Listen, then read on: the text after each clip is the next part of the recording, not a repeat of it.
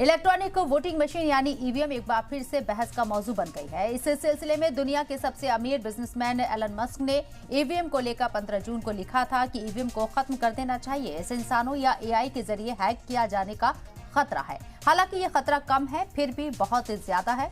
America में इससे voting नहीं करवानी चाहिए। राहुल गांधी ने मस्क की पोस्ट को रिपोस्ट करते हुए लिखा कि भारत में ईवीएम ब्लैक बॉक्स की तरह है, किसी को भी ईवीएम जांच की इजाजत नहीं है। हमारे चुनावी अमल में ट्रांसपेरेंसी को लेकर संगीन खदशात जाहिर किए जा रही हैं।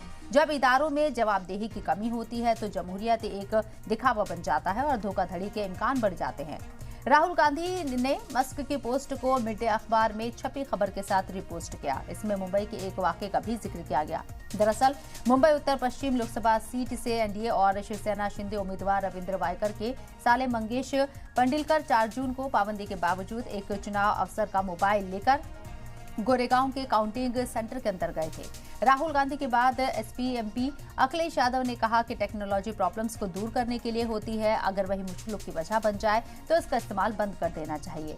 आदित्य ठाकरे ने लिखा है कि इलेक्शन कमीशन का नया मतलब है एंटायरली कॉम्प्रोमाइज्ड, मतलब पूरी तरह से समझौता, ना कि इलेक्शन कमीशन। वहीं इस मामले पर बीजेपी लीडर और former IT minister Rajeev Chandrasekhar ने कहा है कि मस्क के मुताबिक कोई भी सिक्योर डिजिटल हार्डवेयर नहीं बना सकता। उनका बयान अमेरिका और दीगर मकामात पर लागू हो सकता है जहां इंटरनेट से जुड़ी वोटिंग मशीन बनाने के लिए रेगुलर कंप्यूटर प्लेटफॉर्म का इस्तेमाल किया जाता है।